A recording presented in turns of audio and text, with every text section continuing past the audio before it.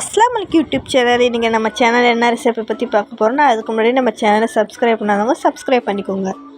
Cauliflower pakoda எப்படி நம்ம வீட்டிலே வந்து ஹோட்டல் ஸ்டைலில் நல்லா மொறு கிறிஸ்பியாக குழந்தைங்களுக்கு பிடிக்கிற மாதிரி பெரியவங்களுக்கும் நமக்கு பிடிக்கிற மாதிரி சூப்பரான ஒரு ஸ்நாக்ஸு நம்ம வீட்டிலே 10 நிமிஷத்தில் நம்ம வீட்டில் ரெடி பண்ணிடலாம். வாங்க எப்படி ரெடி பண்ணுறது வீடியோக்குள்ளே போய் நம்ம பார்க்கலாம். அதுக்கு நான் முதல்ல வந்து காலிஃப்ளவர் நல்லா க்ளீன் பண்ணி நல்லா வாஷ் பண்ணி நான் எடுத்து வச்சுக்கிட்டேன். பாருங்கள், இந்த மாதிரி நல்லா 3 ஐட்டம் நல்லா வாஷ் பண்ணி வச்சுக்கணும். இந்த மாதிரி வாஷ் பண்ணி நல்லா நான் இப்போ வடிகட்டிக்கிறேன். ரவை கூட தண்ணி இருக்கக்கூடாது, நல்லா தண்ணி இல்லாமல் நல்லா வடிகட்டிக்கணும். பாருங்கள், இந்த மாதிரி வடிகட்டி எடுத்துக்கிறேன் நான்.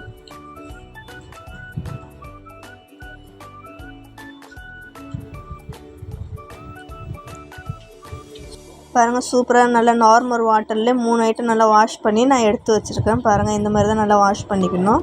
இப்போ நெக்ஸ்ட்டு வந்து நான் ஒரு பாத்திரத்தில் வந்து சுடு தண்ணி வச்சுருக்கிறேன். சுடு தண்ணியில் வந்து இந்த கார்ன்ஃப்ளவரை நம்ம அதில் சேர்த்துக்க போகிறோம். நான் இப்போ வந்து சுடு தண்ணி நல்லா ஹீட் ஆகணும். ஹீட் ஆனதுக்கப்புறம் தான் சேர்க்கணும், அதுக்கு முன்னாடியே நம்ம சேர்த்துடக்கூடாது கார்ன்ஃப்ளவரை. பாருங்கள், நல்லா கொதித்து வந்துருச்சு. இப்போ நான் இந்த பதத்துக்கு வந்ததுக்கப்புறம் நான் சேர்த்துக்கிறேன். இந்த மாதிரி நீங்கள் சேர்த்துக்கோங்க. எதுக்கு நம்ம சுடு தண்ணியில் போடுறோன்னா, சுடு தண்ணியில் போட்டோம்னா இப்போ கார்ன்ஃப்ளவர் பொறுத்த வரைக்கும் அதில் வந்து சின்ன சின்ன புழுங்க இருக்கும், அதெல்லாம் அந்த பூச்சி ஈச்சி எதனா இருந்துச்சுன்னா செத்து போயிடும். அதனால் நான் வந்து சுடு தண்ணியில் நான் சேர்த்துக்கிறேன். நான் அப்போ தான் நல்லா க்ளீனாக சூப்பராக இருக்குங்க. நம்மளோட கார்ன்ஃப்ளவர் வந்து பாருங்கள் சூப்பராக ரெடி ஆகிடுச்சு பாருங்கள். இப்போ நான் சுடு தண்ணியிலேருந்து வடிகட்டி எடுத்துக்கிட்டு இப்போ நல்லா ஆற விடணும். ஆறினதுக்கப்புறம் தான் நம்ம வந்து இது கூட வந்து மசாலா சேர்த்துக்கணும். அதுக்கு முன்னாடியே நம்ம வந்து மசாலா சேர்த்துக்கூடாது. இப்போ நல்லா ஆறிடுச்சு. ஆறினதுக்கப்புறம் நான் தேவையான அளவுக்கு மசாலா ரெடி பண்ணி வச்சுருக்கேன். பாருங்கள், மசாலானா இப்போ கார்ன்ஃப்ளவர் மாவு, கேசரி பவுடர், சில்லி பவுடர், அப்புறம் சிக்கன் 65 மசாலா, இஞ்சி பூண்டு பேஸ்ட்டு, அப்புறம் அரிசி மாவு. இப்போ தேவையான அளவுக்கு நான் இதெல்லாம் எடுத்து வச்சுக்கிட்டேன். இப்போ தேவையான அளவுக்கு 3 ஸ்பூன் வந்து இஞ்சி பூண்டு பேஸ்ட் நான் இதை சேர்த்துக்கிறேன். 3 ஸ்பூன் நம்ம சேர்த்துக்கணும். நெக்ஸ்ட்டு வந்து நான் அரிசி மாவு சேர்த்து வச்சுக்கிறேன். நான் வந்து 2 கார்ன்ஃப்ளவர் எடுத்துக்கிட்டேன். நீங்கள் 2 கார்ன்ஃப்ளவர் எடுத்திங்கன்னா எடுத்துக்கோங்க. இந்த மாதிரி தேவையான அளவுக்கு அரிசி மாவு, இப்போ கார்ன் மாவு நம்ம சேர்த்துக்கணும். அதில் தேவையான அளவுக்கு நம்ம சேர்த்துக்கணும். நெக்ஸ்ட்டு வந்து சிக்கன் 65 மசாலா நான் அதில் சேர்த்துக்கிறேன். அப்போ தான் பக்கோடா மாதிரியே இருக்கும் நம்மளுக்கு வந்து. நான் ஒரு பாக்கெட் ஃபுல்லாக சேர்த்துக்கிட்டேன். நீங்கள் தேவையான அளவுக்கு சேர்த்துக்கோங்க. இப்போ காரத்துக்கு வந்து சில்லி பவுடர் சேர்த்துக்கலாம்.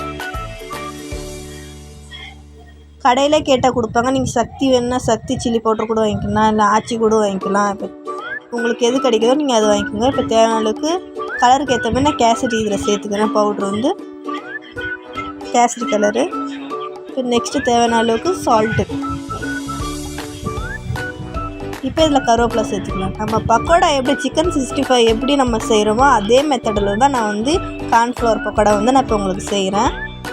இப்போ நல்லா இதை மிக்ஸ் பண்ணிக்கலாம். நம்ம சூப்பராக நல்லா மிக்ஸ் பண்ணணும். நம்ம லைட்டாக கொஞ்சம் தண்ணி கூட இதில் சேர்த்துக்கலாம். பாருங்கள், நல்லா நான் மிக்ஸ் பண்ணி 1/2 hour இதை ஊற வச்சுருக்கிறேன். அப்போ தான் சூப்பராக அதில் மசாலா வந்து நல்லா பிடிச்சி நல்லாயிருக்கும் நம்மளுக்கு வந்து. 1/2 hourக்கு அப்புறம் நான் எடுத்து பார்க்குறேன். பாருங்கள், நல்லா சூப்பராக மசாலா அதில் ஊட்டிக்கிச்சு, நல்லா சேர்த்துக்கிச்சு. இப்போ நான் ஒரு கடாயில் எண்ணெய் நான் ஹீட்டு பண்ணி வச்சுருக்கிறேன். எண்ணெய் ஹீட் ஆனதுக்கப்புறம் நம்ம கொஞ்சம் கொஞ்சமாக எடுத்து நம்ம வந்து கார்ன்ஃப்ளவர் பக்கோடா நம்ம இப்போ போட்டுக்கலாம். பாருங்கள், இந்த மாதிரி தான் மொத்தமாக போட்டுறக்கூடாது, இப்படி தூவி தான் நம்ம போடணும். அப்போ தான் நல்லா உதிரியாக வரும் நம்மளோட பக்கோடா வந்து. இந்த மாதிரி உதிரி நல்லா சேர்த்துக்கோங்க. உடனே நம்ம திருப்பி போட்டுறக்கூடாது. உடனே நம்ம திருப்பி ரிட்டர்ன் பண்ணோம்னா அப்போ வந்து நம்மளோட மசாலா வந்து விட்டுரும். நல்லா மசாலா பிடிக்கிற அளவு கொஞ்ச நேரம் நல்லா வேக விடணும் நம்ம வந்து. பாருங்கள், இந்த மாதிரி நல்லா வேகணும். அதுக்கப்புறம் தான் நம்ம திருப்பி போடணும் நம்மளோட பக்கோடா வந்து. அப்போ தான் நம்மளோட சூப்பரான கார்ன்ஃப்ளவர் பக்கோடா நம்மளோட சூப்பராக ரெடி ஆகுங்க. பாருங்கள், இவ்வளோ சூப்பராக ரெடி ஆகிடுச்சு பாருங்கள். உடனே நம்ம எடுக்கக்கூடாது, மீடியமில் வச்சு நம்ம எடுக்கணும். அப்போ தான் நல்லா நின்று இன்னும் நல்லா கிறிஸ்பியாக கிடைக்கும். குழந்தைங்களுக்கும் ரொம்ப விரும்பி சாப்பிடுவாங்க கிறிஸ்பியாக இருந்தாக்கா. ஏன் நம்மளுக்கே ரொம்ப பிடிக்குங்க. அந்த மாதிரி இருந்தாக்கா கிறிஸ்பியாக இருந்தால் தான் நம்மளுக்கும் சாப்பிட்றதுக்கே ரொம்ப பிடிக்கும். பாருங்கள், எவ்வளோ சூப்பராக ரெடி ஆயிடுச்சு. நம்ம வீட்டிலையே நம்ம 1/2 hourலேயே நம்ம செஞ்சிடலாங்க. எந்த அளவுக்கு சூப்பராக ரெடி ஆயிடுச்சு பாருங்கள். சேர்க்கக்கூட எவ்வளோ மொறுன்னு சவுண்டு கேட்கும், உங்களுக்கே கேட்குங்க, நீங்களே பாருங்கள். அந்தளவுக்கு நல்லா கிறிஸ்பியாக வந்துருக்குது. இவ்வளோ சூப்பராக கார்ன்ஃப்ளவர் பக்கோடா நம்மளுக்கு சூப்பராக ரெடி ஆகிடுச்சு பாருங்கள். நம்ம வீட்டிலே ரெடி பண்ணிட்டோம்.